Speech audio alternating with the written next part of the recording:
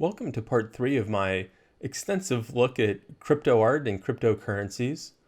On Monday, I talked about the foundations of the value of goods and the value of money and how crypto art and cryptocurrencies work. Yesterday, I talked about the climate impacts of crypto art and cryptocurrencies in general and compared them to the climate impacts of other activities that we do, such as air travel. And today I'm going to be walking you through how to create your own NFTs, your own crypto art, and start selling it on the crypto art market exchanges. Welcome to Grant Takes Pictures. I'm Grant, and I take pictures.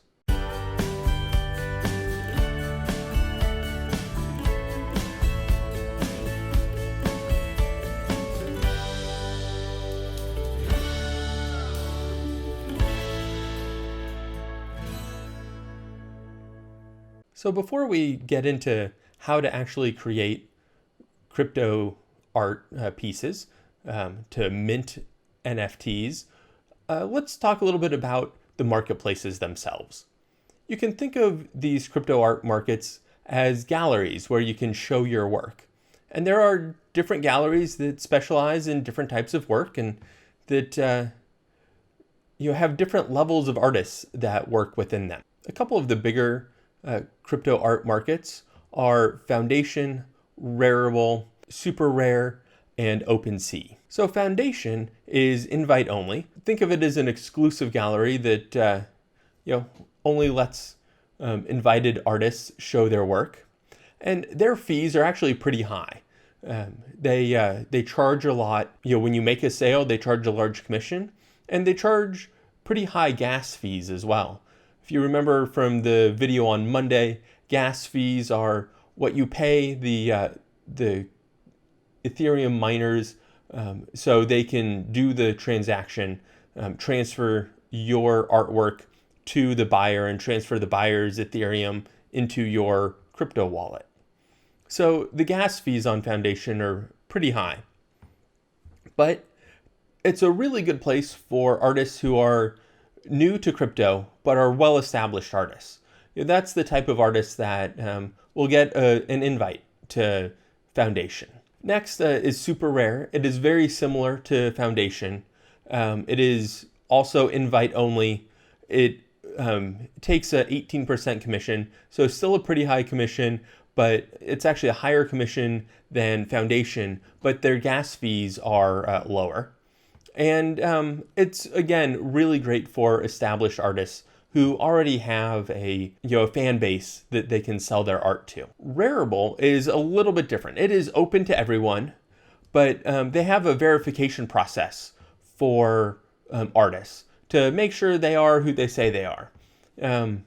However, recently there's been a couple of instances where people have stolen artwork from artists and have impersonated them and posted the artwork on Rarible, and then conned people into buying artwork that wasn't actually from the artist that they said it was from.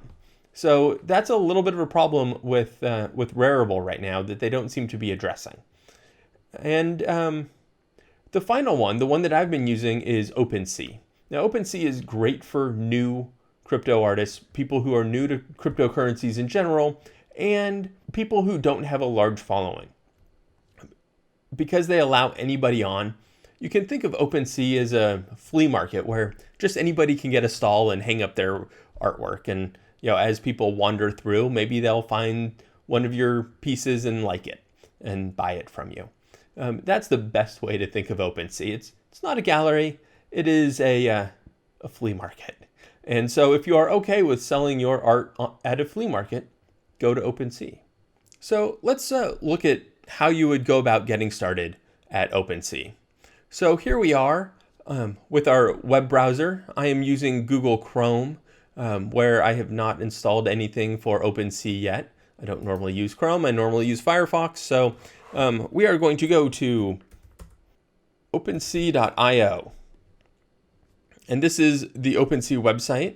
And here, if you want to look at what type of art is for sale, you can open up the Browse tab and you can see all sorts of really bad art, but some of it's selling. You can go here and see what has offers. See, like this piece here, the price is 0.9 Ethereum, but it has an offer for 0.444. That's still a good deal of money. Right now, 0.444 is probably like $500. So $500 to say you have a certificate of authenticity for this piece of art. I don't see the value there, but there you have it. So let's get started with creating your own NFTs on OpenSea. So if you go to my profile, the first thing you'll see here is that you need Metamask. Metamask is your crypto wallet. You can use different crypto wallets. Most people use Metamask. It's very well integrated with OpenSea. So let's get Metamask, install Metamask for Chrome. So this is just an extension. Add it to Chrome. Now let's get started and do create a wallet. Let's create a password.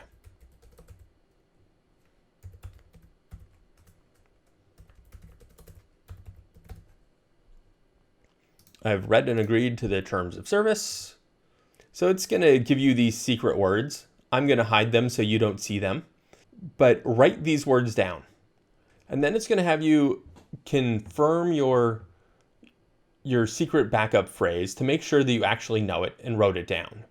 And once you've done that, you get a congratulations, you passed the test, all done. So here we have our cryptocurrency wallet. As you can see, I have 0 Ethereum in it, which is worth $0. It is account 1, and it gives you this account number. So this 0x63B4, lots of other numbers, E2C2. So that is the account number. So now once you have MetaMask open, just I would restart your browser. It's the easiest way to do it. So now when you go to my profile, it asks you to sign in to your wallet, and it will pop up this window from MetaMask, and you have to type in your password. And then here we connect with MetaMask. So this will connect your crypto wallet to your OpenSea account, and this is the login for OpenSea for you. And now I have an OpenSea account. It was that simple. So I am going to edit this. So go to settings, and every time you do something in OpenSea, it'll ask you for your signature through MetaMask. So you hit sign, put a username. Let's do username is Grant takes pictures.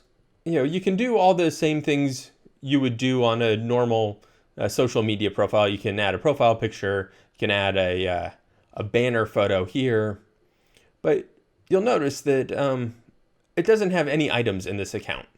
So let's create our first item. So we go up here to create, and then click on my collections and create a new collection. So you can have multiple collections, and you can have multiple pieces of artwork in a collection. So I've talked on this channel about having a couple long-term projects, one about freeways, one about the urban wildland interface. I actually have a couple other things I'm working on as well. I can create a different project for each of those. So here you can add in a logo and a name for your collection. So I'm going to call this Freeways, a collection of long exposure images of freeways. Let's find a picture we can use. Not perfect, it's not square, it'll do for now. So let's create that. Great, so now we have created our collection and we need to add items. So just click the Add Items button and add a new item. And once again, you have to sign. All right, so we're going to use the same image we used for the profile photo. Let's do San Diego at Blue Hour. That's what we're going to call it. You can put an external link. You don't have to. I'm going to put a link to my website and then add a description.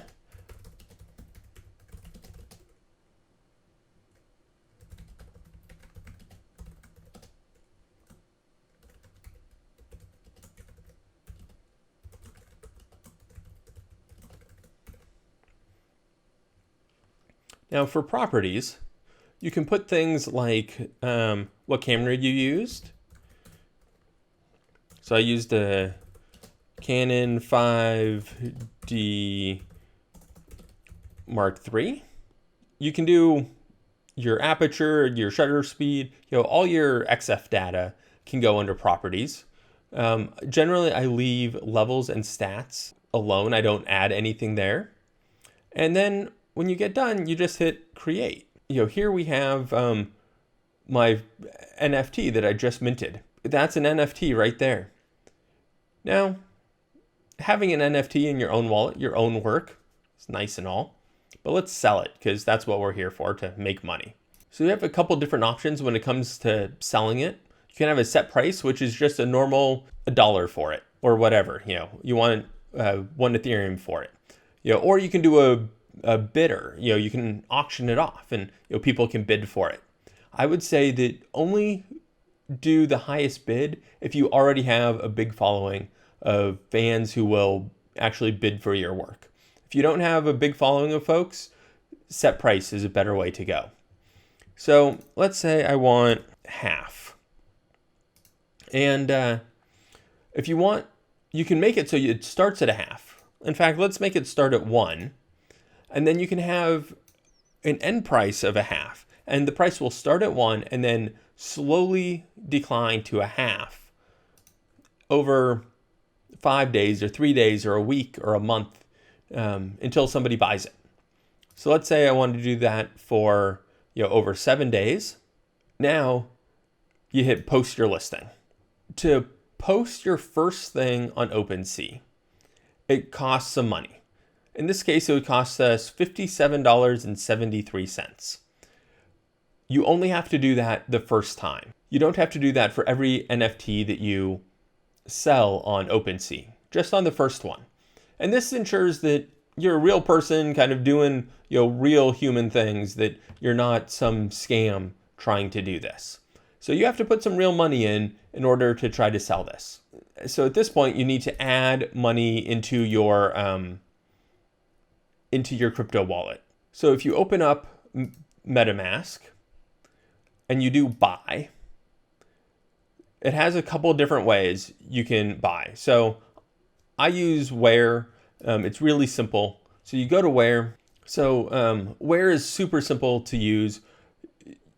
After you click buy, you tell it how much money you want to put in here. I needed 57, so let's say 60. It tells you how much Ether you're going to get, what the exchange rate is. So right now it's $1,800 for 1 Ethereum. And then the costs of doing this. So it's going to cost you $8.02 to buy $60 worth of Ethereum. Your only option is to put it on a credit card. You authorize it, you hit next, and then you put in all your billing information, your card number, everything like that. You hit next, and it transfers the money into your MetaMask wallet. This transfer can take a little while. Sometimes it's very quick. For one of my friends, I walked him through how to do this, and for him, it showed up in about 5 minutes. For me, when I did it, it took about 2 hours.